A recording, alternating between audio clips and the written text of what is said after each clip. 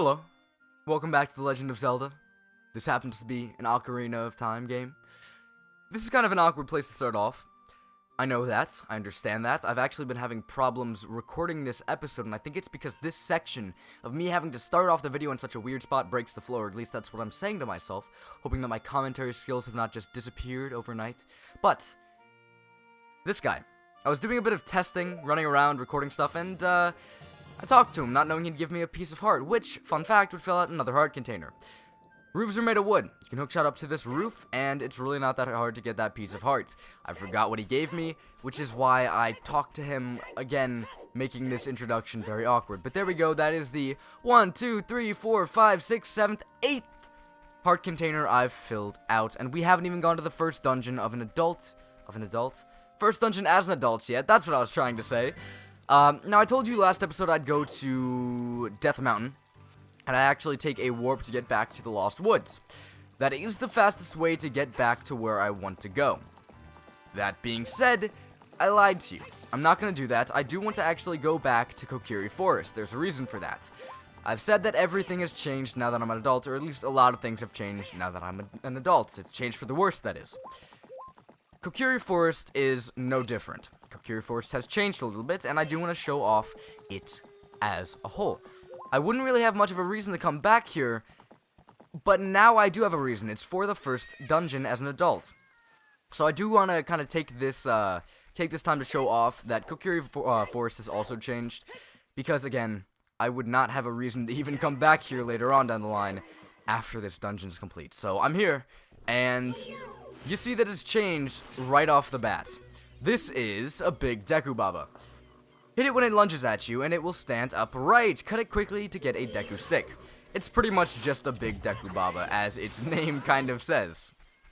You can get 3 Deku Nuts from killing it, and I believe you still only get 1 Deku Stick from killing it. There are also some Deku Scrubs just kind of sitting over here. Other than that, this area is relatively unchanged. Everyone's inside their homes because they're afraid of the monsters. So, it's very, very, very unlively here. But that's not really why I came here. I did want to show that off. It is kind of neat, but again, it's not that important. What is important though is coming into the Lost Woods, which I believe have changed slightly. The music that Saria was playing is still playing, but it doesn't actually show you the way through the Lost Woods, and the Lost Woods have kind of changed. So going through the Lost Woods is a little bit more difficult. I also have problems recording this episode because I do kind of lose my way in the Lost Woods because I don't go through here as an adult very often. So I always lose my way, and I just get kind of mad.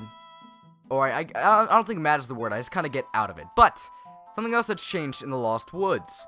Mido. What are you? Though you wear Kokiri's clothing, you can't fool me. I promised Saria I would never let anybody go through here. Well, we happen to know Saria. I'm kind of a VIP, so if I go over here and try to remember Saria's song, which would be down... Yeah, okay, there we go. I've had to do that every single time I try to re-record this. There we go. If I play Saria's song, Mido will have a bit of a change of heart. I don't want to talk to Saria. Apparently I wasn't close enough to Mido for some reason. There we go. I guess it's just a sign of things to come. This is not gonna work out very well. That melody! Now he's having a change of heart. Apparently I had to get within ear range of him, or he's deaf or something. I don't know. Saria plays that song all the time. Do you know Saria? That song.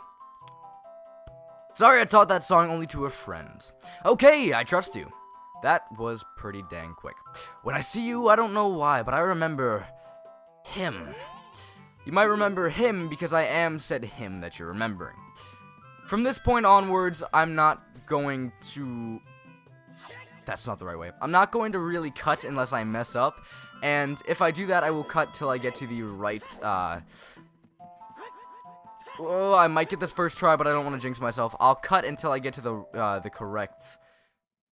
Lost, yeah, okay, I'm gonna cut. What I'm trying to say, I'll cut until I get the right combination of Lost wood things. I don't know how to say that. Yeah, it's unimportant. Second try, not bad. So, we're back in the Sacred Forest Meadow. Navi's going to tell me something I've already known since the second dungeon, and she has to do it in 3 very, very slow-moving text boxes, which I can't skip. So thank you, Navi. Thank you very much for doing this to me. Pretty much she's saying you can look around corners. I didn't know that at all. She also did say something that I didn't know beforehand, though, is that I can actually pull out my hookshot, and I can sidestep while I have my hookshot out. Now, you might notice that there's an enemy here, which I haven't seen before. I can't actually easily target onto it, so I can't do a proper enemy bio, but it's a moblin. Moblins will charge at you, and they have incredible power. So, what you want to do is not let the moblin see you like I was about to do right there, and I'm actually surprised he didn't see me, because I was right in front of his face.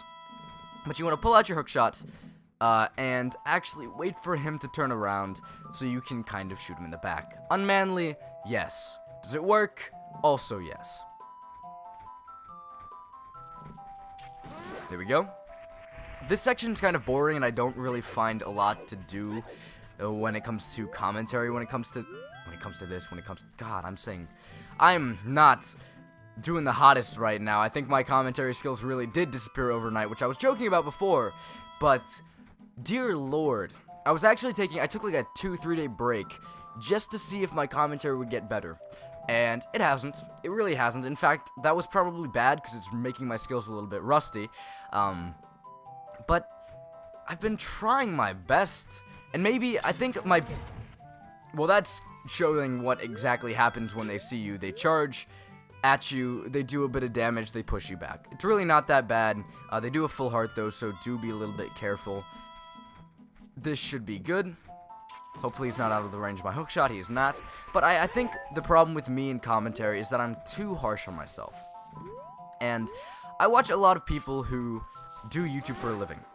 And I strive and I hope and pray that one day I'll be able to commentate like them. Because I want to get good at my hobby, you know? It's kind of normal for people to want to get good at their hobby. And I put a lot of time into this, so I do want to get good at... Just so you know, I didn't press up on the analog stick there. He just automatically climbed up, which is why I don't really like this section all that much. But I do aspire to be good at my hobby. And since I'm consistently watching people who can... Oh, that probably wasn't a very good idea. There we go, that's fine. That guy's a little bit hard to get around.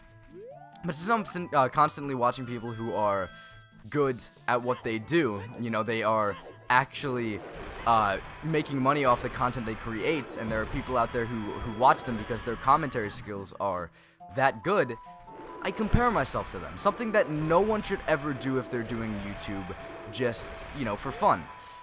But I do it, and it's a fault of mine that I really do need to get over, because I mess up and I stutter once, or I say something once that I don't mean, and then I have to stop. I automatically have to stop and just re-record. Re-record everything. My baddest habit when it comes to YouTube is re-recording, because it happens all the time. But that guy was a big moblin. He swung his club down, and if you get hit by his little shockwaves, you get thrown back like I did when I actually got hit by his club. So be careful. But we've made our way back to the end of the forest meadow. I was trying to think of the name without spoiling too many things. Saria happens to be gone.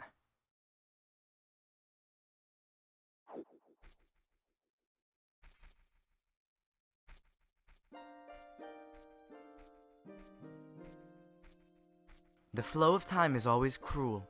Its speed seems different from each person, but no one can change it. A thing that doesn't change with time is a memory of younger days. In order to come back here again, play the Minuet of Forest. Minuet of Forest. Minute? Ooh, I messed that one up pretty good. But Sheik happens to be a musician. A musician who can tell me how to play my ocarina with a harp. Not sure how that works. But she teaches us how to get back to the Forest Temple whenever I please.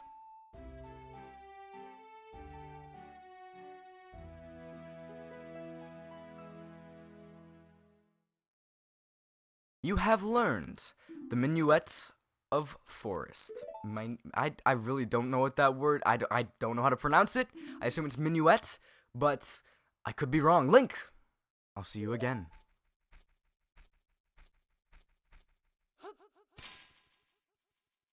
A little bit like Impa in that regard. Sheik is like Impa in that regard.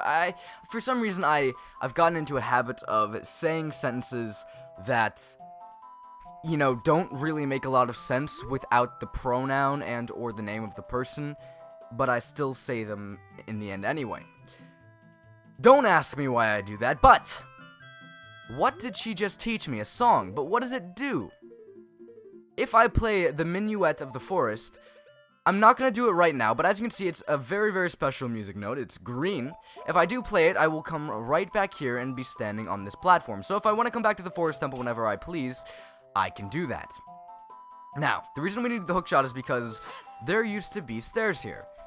Now, they're gone.